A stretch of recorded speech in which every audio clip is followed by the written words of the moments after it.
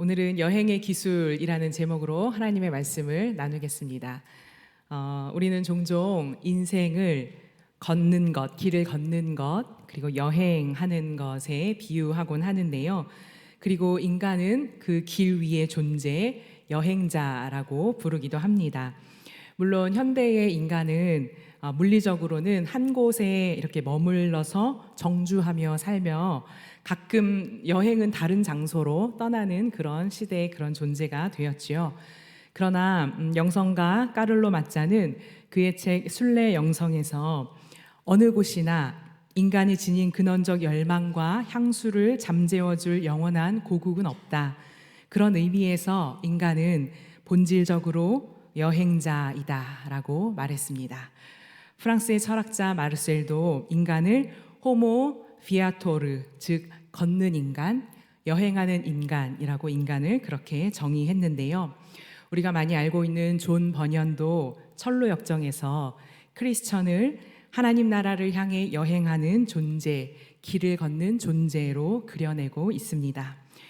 성경의 복음서 중에서도 특히 이 마가복음에서 그려내는 예수님은 길 위의 예수님입니다. 예수님은 걸으시고 어디론가 향해서 가시는데요. 예수님은 어디로 가시는 걸까요? 바로 갈릴리에서 예루살렘을 향해 예수님은 걸어가십니다. 길 없는 광야에서 출발하여서 그 종착지는 사실 무덤입니다. 그 길 위에서 예수님은 제자들을 부르시고 사람들을 구원의 길로 초대하셨으며, 그리고 예수님을 따라가는 제자가 가야 할 길이 어디인지를, 그리고 어떻게 가야 하는지를 계속 보여주셨습니다. 그리고 이제 오늘 본문에서 예수님은 자신의 길을 따라왔던 이들을 길 떠나 다시 보내십니다. 예수님의 파송을 받은 제자들이 오늘 본문에 나오는 주인공인데요. 예수님의 파송을 이렇게 받은 제자들은 어떤 기분이 들었을까요? 신약학자인 톰 라이트는 제자들의 반응을 이렇게 재밌게 표현했는데요. 지금까지 제자들은 자동차의 뒷자리에 탄 승객과도 같았다. 예수님이 운전하시는 자동차의 뒷자리에 앉은 승객과도 같았다. 운전은 예수님이 다 알아서 하셨다. 결정도, 사역도, 힘든 일도, 그리고 비난받는 일도 예수님이 다 알아서 하셨다. 그런데 이제 그 운전대를 제자들에게 내어주시며 직접 가보라고 하신다. 제자들은 이렇게 물었을 것이다. 우리더러 하라고요? 우리끼리만요? 이렇게 물었을 것이다 라고 재미있게 제자들의 마음을 표현했습니다. 그러나 제자들이 떠나는 이 여행길은 예수님이 걸어온 길과는 아마 다르지 않을 것입니다. 예수님이 하셨던 하나님 나라의 사역을 이어서 수행하는 것, 그리고 예수님이 사셨던 하나님 나라의 사역을 이어서 계속해서 사는 것이 이제 제자들이 해야 할 사역이자 삶입니다. 그런 제자들을 예수님은 둘씩 짝지어서 보내셨는데요. 유대의 율법에 의하면 어떤 증언이, 어떤 메시지가 신빙성을 얻으려면 한 사람 이상의 지지가 있어야 한다라고 합니다. 그래서 둘씩 제자들을 짝지어 보냈다라는 것은 제자들이 선포하는 메시지가 하나님 나라의 틀림없는 공적인 메시지라는 것을 드러내 보여주시기 위함입니다. 그리고 인간적으로도 혼자보다는 둘이 함께 하는 것이, 홀로보다는 공동체가 함께 하는 것이 길을 가면서 겪는 어려움과 두려움을 더 잘 이겨낼 수 있도록 해 줄 것이기 때문에 아마도 예수님은 둘씩 짝지어서 제자들을 길 떠나 보내십니다. 이렇게 둘씩 짝지어서 보내시면서 예수님은 그들에게 악한 귀신을 내어쫓는 권능을 주시는데요. 제자들은 예수님이 이미 이런 악한 세력을 다스리시는 그런 사역들을 이미 여러 번 보았습니다. 오늘 본문 6장의 앞장인 5장에서도 예수님은 거라사의 악한 귀신 들린 사람을 치유하고 구원해 준 것을 제자들이 보았습니다. 그리고 율법에서 부정하다고 하는 혈루증이 걸린 여인과 접촉하는 것도, 그리고 또 부정하다고 인식되던 야이로의 죽은 딸을 만져서 일으켜 주는 것도 제자들은 보았습니다. 제자들은 이렇게 예수님이 악한 힘을 어떻게 다스리는지, 그리고 그 악한 힘을 다스려서 어떻게 사람을 살리고 구원하고 온전하게 하셨는지를 다 보았습니다. 그리고 그들은 이제 주님으로부터 그 권능을 부여받아 주님이 하셨던 것처럼 그렇게 해야 할 사명을 받고 길을 떠납니다. 그리고 이어서 예수님은 제자들에게 이 여행의 기술을 몇 가지 가르쳐 주시는데요. 오늘 제가 설교의 제목으로 삼았기도 한 이 말, 여행의 기술이라는 말에서 이 기술은 단순한 테크닉을 의미하는 것은 아닙니다. 이 기술이라는 말은 오히려 아트, 예술이라는 의미에 가까운데요. 아름다움과 선한 것, 그리고 진리를 모두 갖춘 그 예술적인 어떤 것에 근본을 두고 있는 어떠한 능력이라는 의미에서 이 기술이라는 말을 사용했습니다. 에리 프롬의 사랑의 기술이라는 책에서도 그 기술을 단순히 사랑의 테크닉을 말하지 않고 사랑이 무엇인지를 탐구하고 배우고 훈련하고 더 나아가서는 그 사랑을 실천하는 모든 과정을 말해주는 것처럼 오늘 예수님이 안내해 주시는 이 여행의 기술은 단순히 여행을 잘하기 위한 테크닉을 넘어섭니다. 물론 오늘 본문에서 예수님이 이것은 가져가고 이것은 가져가지 말고 어느 곳에서 가서는 이렇게 하라라는 말이 테크닉처럼 들릴 수는 있지만 저는 그 말 이면에서 예수님이 제자들에게 그리고 우리에게 안내해 주시기를 원하는 여행의 기술, 삶의 기술을 발견해 보려고 합니다. 첫 번째로는 8절과 9절에서 예수님이 말씀하셨던 것처럼 예수님은 길을 나서는 제자들에게 지팡이 하나만 가지고 아무것도 가지지 말라고 하십니다. 양식도 자루도 돈도 가지지 말라고 하시는데요. 그리고 신고 있는 신발과 입고 있는 옷 외에는 더 가지지 말라라고도 말씀하십니다. 어떻게 그것이 가능합니까? 라는 물음이 생길 법도 한데 예수님은 그렇게 하라고 하십니다. 제자들은 머리 둘 곳 없으셨던 모습, 예수님의 모습을 잘 알고 있었습니다. 그런 예수님이 부유하게 보일 수 있는 두 벌 옷도 금하셨고 인간에게 필요한 가장 기본적인 것조차도 단순하고 가볍게 하라라고 말씀하십니다. 여행자의 배낭은 가벼운 게 진리인데요. 내가 지닌 것이 무거우면 그것에 신경을 쓰느라 다른 사람을 챙기거나 돌보기가 어렵게 되지요. 그리고 내가 손에 쥔 것이 너무 많다면 더 이상 새로운 것을 받아들이기가 어렵습니다. 예수님은 이렇게 제자들이 전하는 그 메시지 이외에 시선을 흐트러뜨리거나 삶을 산만하게 하는 어떤 것들을 모두 가볍게 하라라고 말씀하십니다. 그런데 참으로 아이러니하게도 가볍게 하라라고 하는 그 모든 것들은 우리가 우리의 삶을 살아가는데 꼭 필요하고 기본적인 것들입니다. 의식주와 돈이 바로 그것인데요. 예수님은 이 기본적인 것은 꼭 가지고 그에 더 필요하다면 다른 것을 더 구하고 가지라라고 하지 않으시고 오히려 우리에게 가장 기본이 되는 의식주 그리고 필요한 돈마저도 가볍게 하라라고 말씀하십니다. 그렇다면 그것이 아니라면 제자들은 무엇을 의지해야 할까요? 오늘 말씀에서 추론해서 생각해 보자면 그 제자들이 간 집에 사람들이 베풀어주는 환대에 의지해야 합니다. 타인의 환대에 의지해야 하는 삶. 내가 하고 싶고, 내가 사고 싶고, 내가 먹고 싶을 때 내 원하는 대로 하지 못하고 누군가가 나에게 베풀어주는 환대에 의지하는 삶은 참 고단하고 때로는 서러운 일이기도 합니다. 그런데 예수님은 왜 이걸 삶의 기술이라고, 여행의 기술이라고 가르쳐 주시는 것일까요?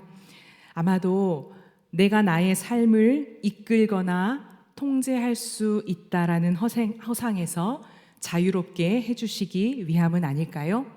또한 우리 모두는 관계 안에서 살아가는 존재임을, 누군가의 도움과 환대를 받으며 살아가야 하는 존재임을 알게 하시기 위함일 것입니다. 하나님 나라의 사역을 떠나는 제자들은 자칫 내가 가진 것, 내가 전하는 것, 내가 행동하는 것이 다 좋은 것, 모두 선한 것, 꼭 누군가가 들어야 하는 것이라는 생각에 빠질 수도 있습니다. 내가 다른 사람의 문제를 해결해 줄 수 있고, 내가 다른 사람을 위로해 줄 수 있고, 내가 다른 사람을 도와줄 수 있다라는 환상에 빠질 수도 있습니다. 그러나 예수님의 말씀대로 제자들은 아무것도 소유하지 않았고, 그래서 타인의 환대에 의존해서 타인으로부터 입을 것과 먹을 것을 제공받고 타인의 삶의 이야기를 함께 들으며 함께 지내는 법을 익혀 나가야 합니다. 제자들이 파송받아 떠난 길, 그리고 우리의 삶은 이렇게 일방적이지 않고 관계적이지요. 예를 들면 선생님은 가르치면서도 아이들로부터 더 많은 것을 배웁니다. 우리가 누군가를 도우러 갈 때, 누군가를 도우러 간 사람들은 오히려 다른 방식으로 더 큰 도움을 받게 되는 것과 마찬가지입니다. 예수님은 제자들이 이런 것을 경험하기를 바라셨습니다. 우리가 가지고 소유한 것을 가볍게 하여서 찾아간 그 집에 오롯이 머물고 그들이 베푼 환대에 의존하면서 서로 듣고 배우고 나누며 하나님 나라의 영향과 하나님 나라의 생각이 점점 커져가는 것을 함께 경험하기를 예수님은 바라셨습니다. 두 번째로 예수님은 10절에서처럼 어느 집에 들어가든지 그곳을 떠날 때까지 그곳에 머물라라고 말씀하시는데요. 조건을 보지 말라고 하십니다. 비교하지 말라고 하십니다. 더 좋은 조건으로 오라고 하는 집이 생길 수도 있고 나에게 더 잘 맞는 곳이 생겨서 그곳으로 이동하고 싶을 수도 있겠지만 예수님은 그곳에서의 사역을 마칠 때까지 핑계대지 말고 거기에 머물라라고 하십니다. 예수님도 언제나 조건에 매이지 않고 그저 사람을, 특히 가난하고 소외되고 연약한 사람의 집에 찾아가셨지요. 세리와 죄인과 비난당하고 정죄당하고 배제당하는 사람들의 집에 예수님은 늘 찾아가셨습니다. 그리고 누가 뭐라고 하든 그곳에 온전히 머무셨습니다. 그곳에 머무시는 동안 그리고 오롯이 그들을 바라보시고 그들과 사귀고 그들을 구원해 주셨습니다. 그 예수님의 길에 함께했던 제자들은 이제 자신들이 그 길을 이어가야 한다라는 예수님의 말씀을 그 자리에서 듣게 되는 것입니다. 그러나 세 번째로 생각할 것은 혹 제자들을 반기지 않는 곳을 만날 때입니다. 환영하지 않은 곳을 만날 때이지요.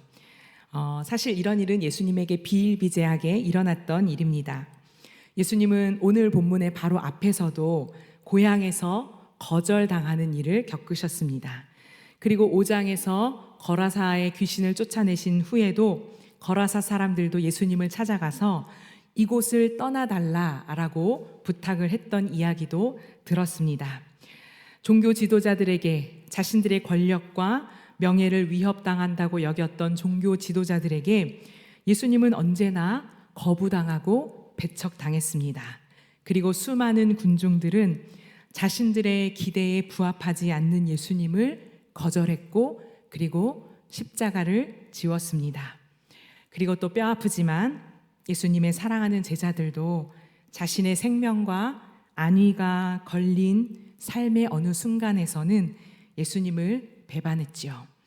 수도 없이 거절당했던 예수님이 하시는 그 말씀은 제자들에게 그 마음에 깊이 새겨졌을 것입니다.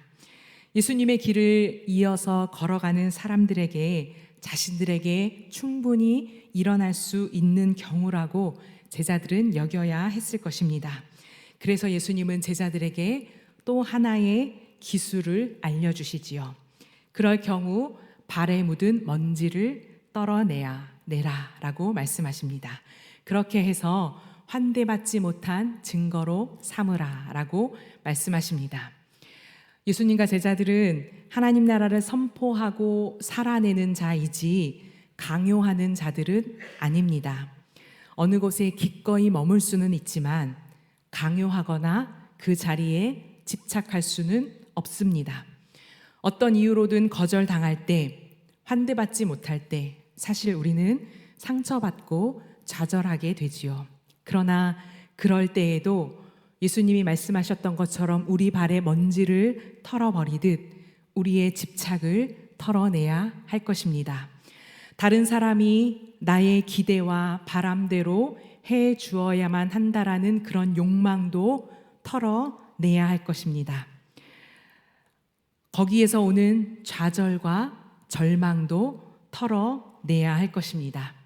그 모든 상황 속에서도 자유하며 자신의 길을 기꺼이 걸어가신 예수님으로부터 배운 그 안내와 삶의 기술들을 제자들은 마음 깊이 새기고 이제 길을 나서야 할 것입니다. 그렇게 길을 나선 제자들은 예수님이 하신 것처럼 회개의 삶을 선포했다고 오늘 본문은 알려줍니다. 삶을 돌이키라고, 지금 살아가던 방식을 바꾸어서 예수님이 가르쳐 주신 삶의 기술을 배우고 익히면서 살아가라고 전했습니다. 말뿐이 아니라 그들의 옷차림에서, 그들의 태도에서 그 메시지는 더욱더 강력하게 전해졌을 것입니다. 하나님의 나라의 사역을 위해 이렇게 제자들을 길 떠나 보내신 예수님은 그리스도인으로 그리고 제자로 이 세상을 살아가라고 우리를 이 세상으로 우리의 삶으로 보내시는 분이십니다. 그러면서 이 여행의 기술, 삶의 기술을 안내해 주시며 우리를 세상으로 매일매일 파송하십니다.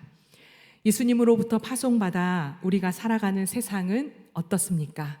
때론 아름답지만 때론 슬픔과 고통이 가득하기도 합니다. 우리를 보내신 주님의 선한 뜻과 세상의 고통이라는 그 교차로에서 우리는 늘 서 있는 것 같습니다. 그 교차로에서 우리는 그리스도인임을 인식하며 살아가야 하는데 우리가 하는 말뿐만 아니라 우리가 어떤 방식과 태도로 삶을 살아가는지도 강력한 메시지가 되기 때문에 그리스도인으로 사는 삶이 때로는 부담으로 느껴질 때도 사실은 많습니다. 그러나 그럴 때마다 우리를 보내며 하셨던 그 주님의 안내를, 이 여행의 기술을 기억할 수 있기를 소망합니다. 단순하고 가벼운 삶으로, 서로 의존하고 서로 환대하는 삶으로, 조건을 비교하지 말고 지금 여기에 오롯이 머물며 현재를 살아가는 삶으로, 그리고 거절당한 자유를 받아들이고 집착과 욕망을 내려놓고 좌절과 낙심을 넘어 무엇에도 거치지 않는 자유로운 삶으로 우리를 부르십니다. 우리가 먼저 가던 길을 돌이키고 살던 방식을 바꾸어서 우리의 삶이 하나님 나라의 메시지가 되도록 우리를 이끄시는 그 주님을 기억할 수 있기를 소망합니다. 그리고 그 무엇보다도 중요하고 의미 있는 진실은 그런 삶의 한가운데에 그 모든 것을 겪고 견디셨던 주님이 계시다라는 사실입니다. 그 주님이 우리를 앞에서 이끄시고 뒤에서 밀어주시고 곁에서 격려해 주십니다. 그 주님 덕분에 우리는 우리의 삶의 여행을 믿음으로 계속해 갈 수 있을 것입니다. 그 하나님의 은총과 평화가 우리 모두와 함께 하기를 간절히 소망합니다. 함께 성도의 노래에 찬양하시겠습니다.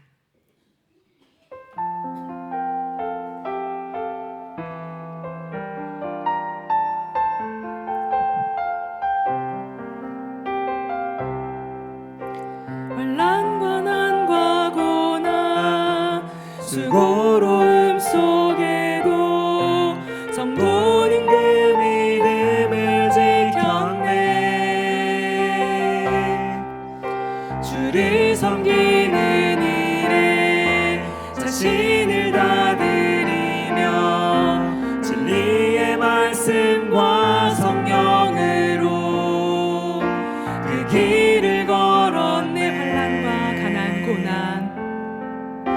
환난 가난과 고난 수고로움 속에도 성도는 그 믿음을 지켰네. 주를 섬기는 일에 자신을 다 드리며 진리의 말씀과 성령으로 그 길을 걸었네. 그리스도 안에서 새롭게 하시고 그리스도로 인하여 자유케 되었네. 우리는 무명하나 유명한 자요 죽음의 위기 속에도 참 생명 가졌고 근심하나 기뻐하며 하나하나 다른 일을 부욕해 하는 자로다. 우리는 무명하나 유명한 자요 죽음의 위기 속에도 참 생명 가졌고 근심하나 기뻐하며 하나하나 다른 일을 부욕해 하는 자로다. 모든 것 가진 자로다. 모든